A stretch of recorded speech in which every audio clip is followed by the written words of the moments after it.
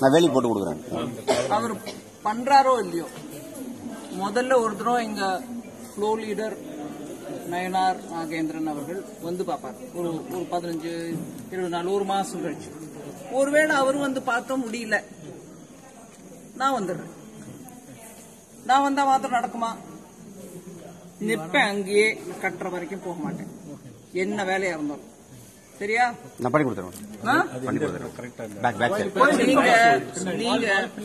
நீங்க பக்த ஜனத்துல ஒருத்தரா இல்ல அந்த கோவில் நிர்வாகியா?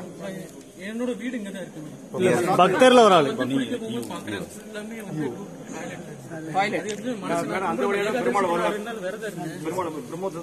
அதனால டாய்லெட்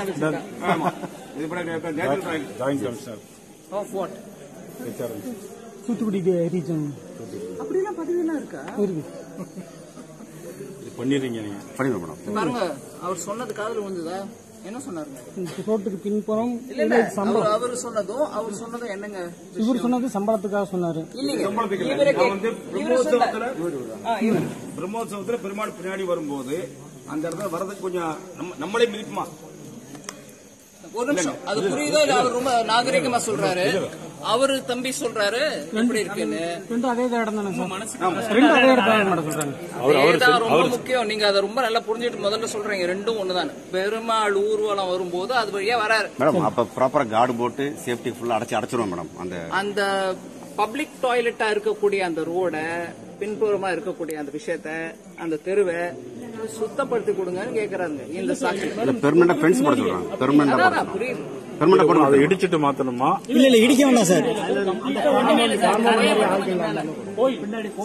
சுத்தி வேலி போட்டு ஆள் நடமாட முடியாது. எவ்வளவு செலவாகும்? நீங்க அதை பத்தி கவலைப்படுறீங்க?